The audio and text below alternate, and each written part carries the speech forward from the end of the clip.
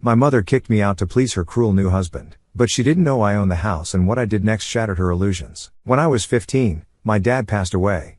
It was a tough time. Losing him felt like my whole world got flipped upside down. My dad, though, was always that guy who had everything planned out. You know, super organized, the kind of guy who'd keep receipts for stuff from 10 years ago just in case. Anyway, it turns out he had his will all set up way in advance. And let me tell you, it was specific as hell. After he passed, my mom didn't waste any time moving on. I get it. Maybe she was lonely, but it felt way too quick.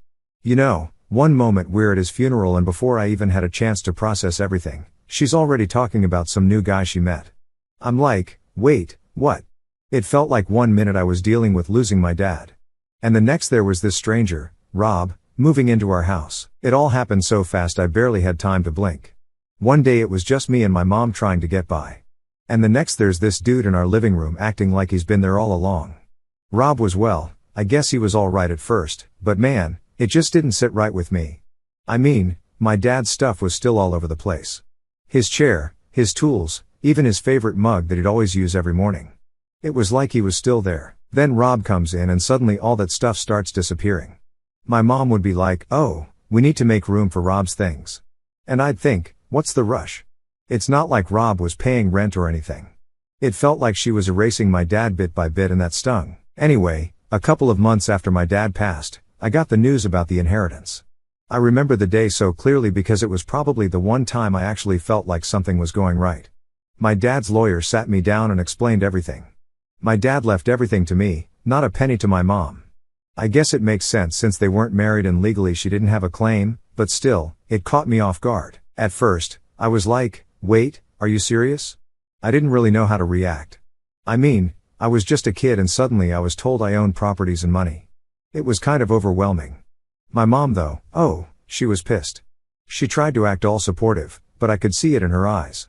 She wasn't expecting that.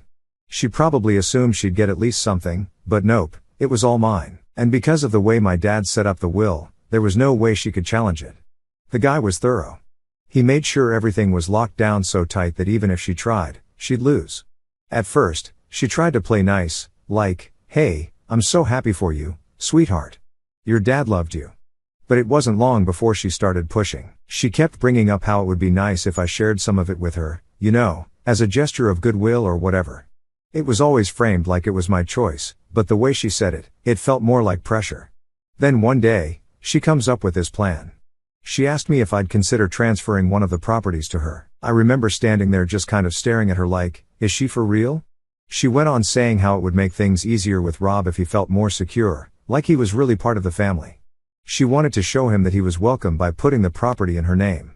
In her head, this was all about making him feel comfortable so they could have a future together. But to me, it felt like she was choosing him over me. I mean, I was 15. I just lost my dad. I was still trying to figure out how to get through each day. And here she was basically asking me to give up a piece of my dad's legacy to make her new boyfriend happy.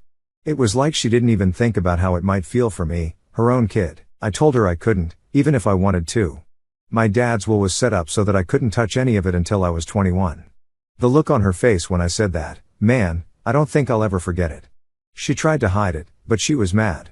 I think she knew deep down that she couldn't change anything, but it didn't stop her from trying. She'd bring it up every once in a while, just testing the waters, like, are you sure you can't transfer it? Not even one property. And every time I had to remind her that there was literally nothing I could do. It wasn't my choice.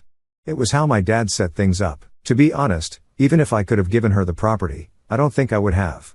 It felt like a betrayal to my dad's memory. This was his way of taking care of me, making sure I had a future, and I wasn't going to mess that up just to make my mom's new boyfriend feel cozy. And of course, there were Rob's kids. My mom was bending over backwards to make sure they felt welcome. They were cool, I guess. A son who's now 18 and a daughter who's 19. But my mom was all about making them comfortable, making sure they had everything they needed. It wasn't like she was a total monster to me or anything. She still acted like a mom. But there was this clear difference in how she treated them compared to me. I'd see them all go on trips together. She'd always frame it like it was this great idea, saying, wouldn't you rather visit your grandparents on your dad's side? Like every single time they planned something, she'd suggest I spend time elsewhere. I could see right through it. She didn't outright say until you can't come. But it was obvious she didn't want me around. And you know, when you're a kid, you don't really know how to react to that. You just kind of go along with it, hoping that maybe she'll change her mind. But she never did. I spent a lot of weekends at my grandparents' place. And don't get me wrong, they were great. But every time I heard about one of those trips, it was like a little reminder that my mom was choosing her new life over me. Looking back, I think my dad must have known something like this could happen. Why else would he leave everything to me and nothing to her? Maybe he saw how things were going between them. Or maybe he just wanted to make sure I'd be okay if anything ever happened to him. Either way, I'm grateful he did, but at the same time, it made things with my mom really complicated. I felt like I was stuck in the middle, having to protect what my dad left me while also dealing with my mom and her new family. That's pretty much how things went for a while. Rob settled in more and more, and my mom made sure his kids felt like they were at home. And me? Well, I kept my distance and just tried to keep the peace. But it wasn't easy. I was only 15, trying to make sense of everything. And all I knew was that things were never going back to how they used to be. So, by the time I turned 17, things had gone from awkward to full-blown tense between me and Rob. I mean, I tried to stay out of his way at first, like he was my mom's boyfriend, whatever. I didn't really care about him. But he started acting like he was the man of the house, and that's when things went south. It was my dad's house, right? And here he was moving his stuff in, giving me attitude and trying to tell me what I could or couldn't do. It wasn't even subtle. He'd say stuff like, "Honey, you need to show more respect around here." Or, "It's time you learned some discipline." I just sat there thinking, who does this guy think he is? Like, he's not my dad, and he sure as hell doesn't get to act like he owns the place. So, I pushed back. Every time he tried to lay down some rule or act like he had a say, I'd remind him that the house wasn't his. I even came up with this nickname, John Conroy, which honestly made no sense, but it bugged him, and that was enough for me. Every time he tried to tell me what to do, I'd be like, "All right, John Conroy, whatever you say." And man, did that get under his skin. Things started getting pretty heated between us. It was like this silent war. He'd make these comments and I'd snap back. My mom, of course, was always trying to play peacemaker. She'd say, "Oh, you two just need time to get used to each other. Or ain't Rob's only trying to help you grow up?" But I knew it wasn't about that. It was about control. Rob wanted to be the boss, and I wasn't about to let that happen. And the thing is, my mom started taking his side more and more. She'd get upset with me for disrespecting him. She even started saying stuff like, "Oh, you need to understand that Rob's a part of our family now." Our family? As if we'd all agreed on that or something. I'd tell her, this isn't his house. It's Dad's. And he's not going to just waltz in and act like it's his. But she never listened. She just kept telling me to get along and try harder. One day, things really blew up. Rob had been acting all tough, talking about how I needed to pull my weight around the house, and yeah, that pissed me off. I told him straight up, "Aren't you not my dad, and this isn't your house?" He started getting all red-faced, and my mom came rushing in trying to calm things down. She was like, "Why do you always have to fight with him? Why can't you just respect him?" And I was like, "Why should I? He doesn't respect me and he doesn't respect that this was Dad's house." That argument was kind of the last straw. Rob stormed off and my mom just stood there looking tired and frustrated. She said something like, "This isn't working. We can't keep fighting like this." And that's when she dropped the bomb on me. She told me I needed to leave. I couldn't believe it. I stood there waiting for her to take it back or say she was just upset and didn't mean it, but she didn't.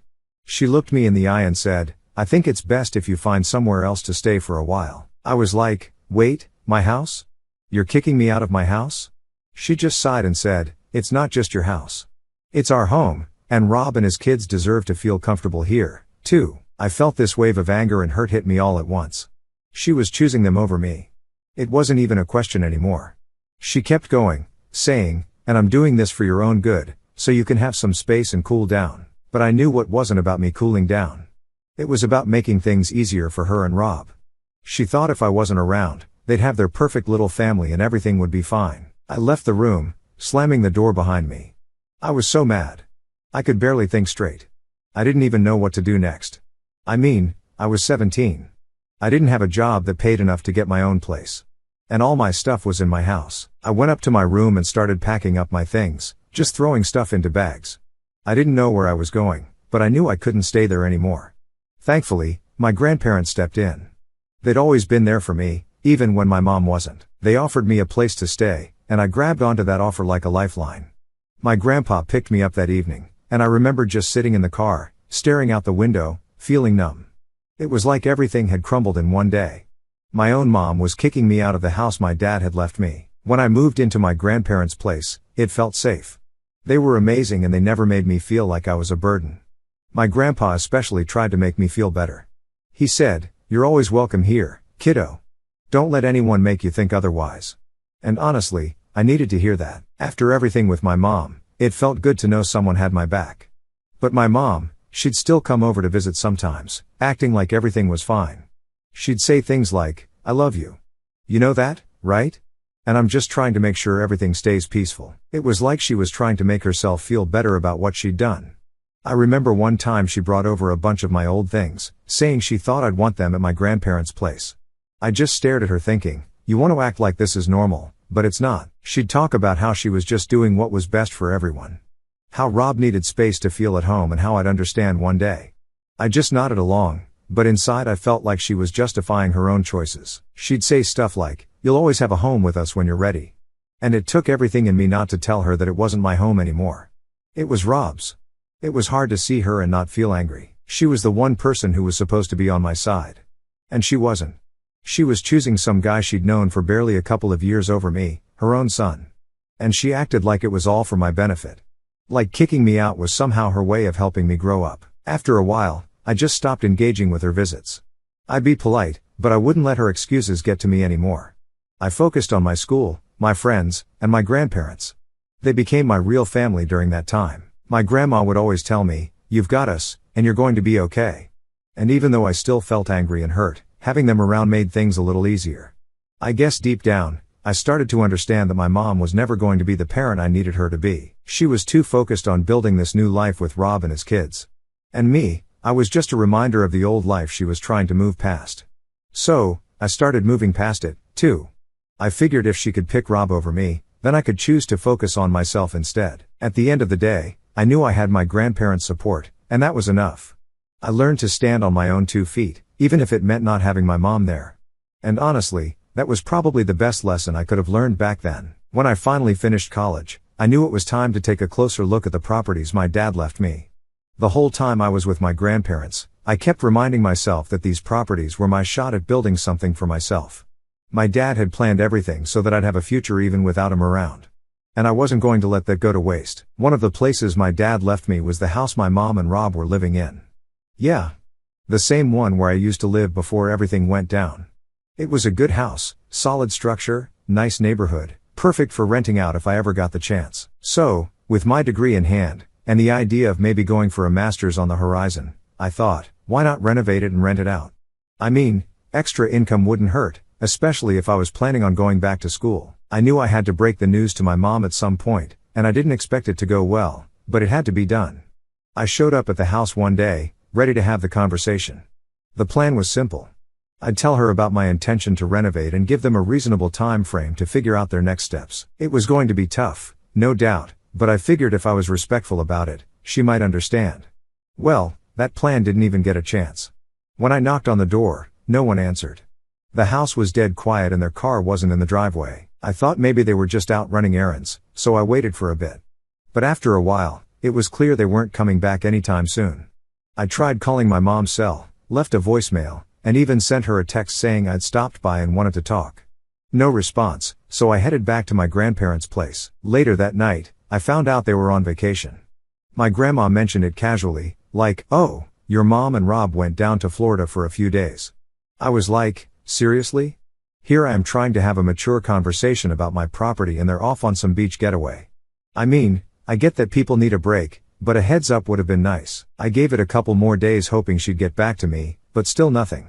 No call, no text, just radio silence. It was frustrating. I felt like she was avoiding me, and that made things harder. I needed to move forward, but I couldn't do that if she kept dodging me. So, after waiting around for a bit, I decided to take matters into my own hands. I knew legally the house was mine. My name was on the deed and I was the one paying the property taxes every year. So, I had the right to take control of the situation. I decided to change the locks. Yeah, I know it sounds drastic, but it felt like the only way to make it clear that I was serious. I needed to start the renovation process, and I couldn't have them treating it like a vacation home while I was trying to move forward with my plans. So, I went ahead and did it. I called a locksmith, got the locks changed, and made sure I had all the keys. While I was there, I took a look around the place. It was weird being back in the house where I grew up, but it felt different. It didn't feel like my home anymore. It felt like a stranger's place with bits and pieces of my mom and Rob's life scattered around. Seeing it like that only made me more determined to follow through with my plan. The next day, my phone started blowing up. My mom had finally gotten back, and she was furious. I had a bunch of missed calls and angry voicemails from her, basically demanding to know why they couldn't get in. She said stuff like, "How could you do this to us? And this is so disrespectful." I could feel the anger just pouring through the phone. I knew she'd be upset, but hearing her like that, I guess it hit harder than I thought. I finally picked up when she called again, and she was shouting before I could even say hello. She was like, "Why did you lock us out of the house?" I tried to stay calm and told her that I'd been trying to reach her for days to talk about my plans. She didn't want to hear it. She kept saying things like, "You can't just kick us out like this, and we have nowhere else to go right now." I explained that I'd given them plenty of time and that I had every right to reclaim the house. I told her I planned to renovate and that I'd given her a heads up, but she wasn't having any of it. She said, "This is still my home. You can't just take it away from me." And that's when I knew there was no reasoning with her. In her head, it wasn't about what was legal or fair. It was about what she thought she deserved. At that point, I had to put my foot down. I told her they had 2 weeks to find somewhere else to live. I wasn't going to be a jerk about it. I wanted to give them a chance to move their stuff and figure things out, but 2 weeks was all I could offer. I told her that after that, the renovation work would begin, and they couldn't stay. The silence on the other end of the line was almost worse than the shouting. When she finally spoke, her voice was low and cold. She said, "I never thought you'd do this to your own mother." And I felt that like a punch to the gut, but I knew if I backed down now, I'd never be able to move forward. This was about me taking control of my own life. And sometimes that means making tough calls. After that, I didn't hear from her for the rest of the day, but the next morning, I showed up at the house to start preparing for the renovations. And guess who was waiting for me in the driveway? My mom and Rob, both of them looking furious. Rob tried to step up to me like he was going to intimidate me into letting them stay. He was all, "You think you can just kick us out like this? You've got no right." I didn't back down. I told him flat out, "This isn't your house, and it never was. I'm the one paying for it, and I'm the one calling the shots." He was fuming, but he couldn't argue with that. My mom, though, she started crying, saying I was being unfair, that I was putting them on the street. She said I was acting just like my father, and not in a nice way. It stung, but I kept my cool. I tried to be reasonable and said, "Look, you have 2 weeks to figure things out. I'm giving you that time, but I need to start the renovation soon. This is my property and I'm doing what's best for me." She just shook her head, tears streaming down her face, saying she couldn't believe how cold I was being. Rob was standing there trying to look tough, but I could tell he knew he had no power in this. It wasn't easy seeing my mom cry, seeing how angry she was. It sucked. I felt guilty even though I knew I was doing what I had to do. But I also knew that if I let them stay, I'd never get them out. This was my chance to take back what was mine, and I wasn't going to let it slip through my fingers. By the time they left, it felt like a weight had been lifted off my shoulders, but at the same time, there was this knot in my chest. I knew I'd made the right call, but that didn't make it any less painful. I drove back to my grandparents' place, knowing I'd have to see this through, no matter how hard it got. Alright, so after I told my mom and Rob they had 2 weeks to move out, I thought maybe things would calm down a bit. I figured they'd be mad at first, but then they'd start packing and just accept it. I mean, it wasn't like they had any other option. But of course, nothing is ever that simple. Instead of dealing with it quietly, my mom decided to make things as dramatic as possible. The next day, I went over to the house to start preparing for the renovations. I wanted to check out the backyard and take some measurements for the work I had planned. I had a contractor scheduled to come by in a few weeks, and I wanted to make sure everything was good to go. I was out there with a notepad making notes when I heard the back gate swing open. I turned around and there was my mom storming in like she was on a mission. She was furious, like I'm talking full on yelling before I even had a chance to say anything. "How could you do this to us?" she shouted, her face all red and puffy. She kept going, throwing her hands in the air and demanding to know how I could betray my own family. She was like, "Farachi, we have nowhere else to go. What do you expect us to do?" I tried to stay calm, even though my heart was pounding. I told her, "Mom, I gave you 2 weeks. You have time to find a place. I'm not just kicking you out with no warning." But she wasn't hearing it. She went on and on about how I was being selfish and how she had sacrificed so much for me, and honestly, that got to me. It was like she was trying to make me feel guilty for wanting my own space back. And then, of course, Rob showed up. He came in with that same tough guy attitude, like he was going to somehow change my mind by glaring at me. He was all, "And think you can just boss us around because you own this place? We've built a life here." And I was like, "Oh, no, Rob. I built a life here. This was my dad's house and I'm taking back what's mine." I could tell that wasn't what he wanted to hear. He got all worked up and for a second I thought he was going to try something.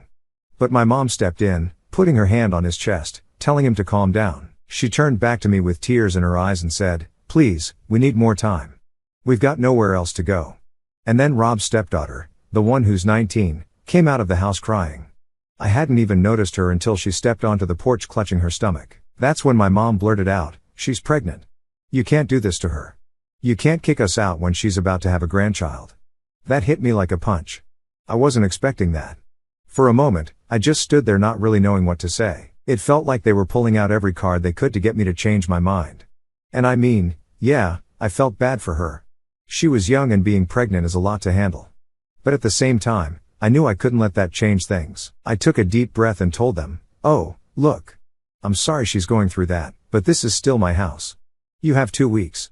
I'm not asking you to leave today." My mom started sobbing and Rob just stood there looking like he was ready to explode. It got to a point where I just couldn't stand being there anymore. I told them, "I've made my decision. I need this place back. I'll come by in 2 weeks to check in." And then I walked out. It wasn't easy. I could hear my mom still yelling as I left, calling me heartless and selfish and saying she couldn't believe her own son would do this to her. But I had to keep walking. If I stayed there any longer, I knew I'd start second-guessing myself, and I couldn't afford to do that. When I got back to my grandparents' place, I tried to focus on my plans for the renovations. I pulled up all the paperwork, went over my notes, and tried to keep my head clear, but it was hard. I kept thinking about my mom and what she'd said. The guilt started creeping in. I mean, no one wants to be the bad guy, especially not when it comes to family. And then my phone started buzzing. It was one of my mom's relatives, an aunt I barely ever talked to. She was all like, "I heard what happened and I just have to say I'm disappointed in you. Your mom's in a tough spot and you're making it worse." She kept going on about how I was being cruel and how I needed to help my mom out because that's what family does. It wasn't just her either. Over the next few days, I started getting calls and texts from other relatives all saying the same thing. They were calling me selfish and saying I should give my mom more time or even just let her stay. They acted like I was some villain in all this, like I was kicking her out for fun or something. No one seemed to get that this was about my future, too. At one point, my grandma noticed how stressed I was getting. She sat me down and said, "Listen, you did what you had to do. Don't let them guilt trip you into thinking you're wrong. Your dad left you this house for a reason." And that helped a little. It was good to have her on my side, but it didn't make the phone calls and messages any less annoying. The worst part was when one of my mom's relatives sent me this long message about how my mom was caught in the middle and that I needed to show compassion because she was trying to keep the peace. That one got under my skin. I wanted to reply and say, "How is she caught in the middle when she's the one who chose them over me?" But I didn't. I knew getting into it with them wouldn't help. It would just add fuel to the fire. So, I started ignoring the calls and messages. I figured if they were so worried about my mom, they could help her out. They could offer her a place to stay or pitch in to find her a new spot. But none of them were doing that. It was easier for them to just blame me. Typical. As the days went by, I focused on my renovation plans. I met with the contractor, went over the details, and set up a timeline. I knew once I got things going, I'd have to face my mom and Rob again, and I wasn't looking forward to it. But I kept reminding myself that this was for me, for my future. I'd spent too long letting other people dictate what I could and couldn't do. It was time I took control. And honestly, despite all the drama, I started feeling a bit better about my decision. I knew deep down that I was doing what my dad would have wanted. He left me these properties so I could have a future. And I wasn't going to let anyone take that away from me, not even my own mom. By the end of that first week, I'd stopped feeling as guilty. I knew I wasn't the one in the wrong here. I'd given them time and I was being fair. If my mom and Rob wanted to make it harder than it needed to be, that was on them. I just had to stay strong and stick to my plan. By the time the 2 weeks were up, I knew I had to face them again. I spent those days preparing myself mentally, going over what I was going to say when the time came. I mean, part of me hoped they'd found somewhere else by then and would just quietly move out, but I knew that was probably too much to ask for.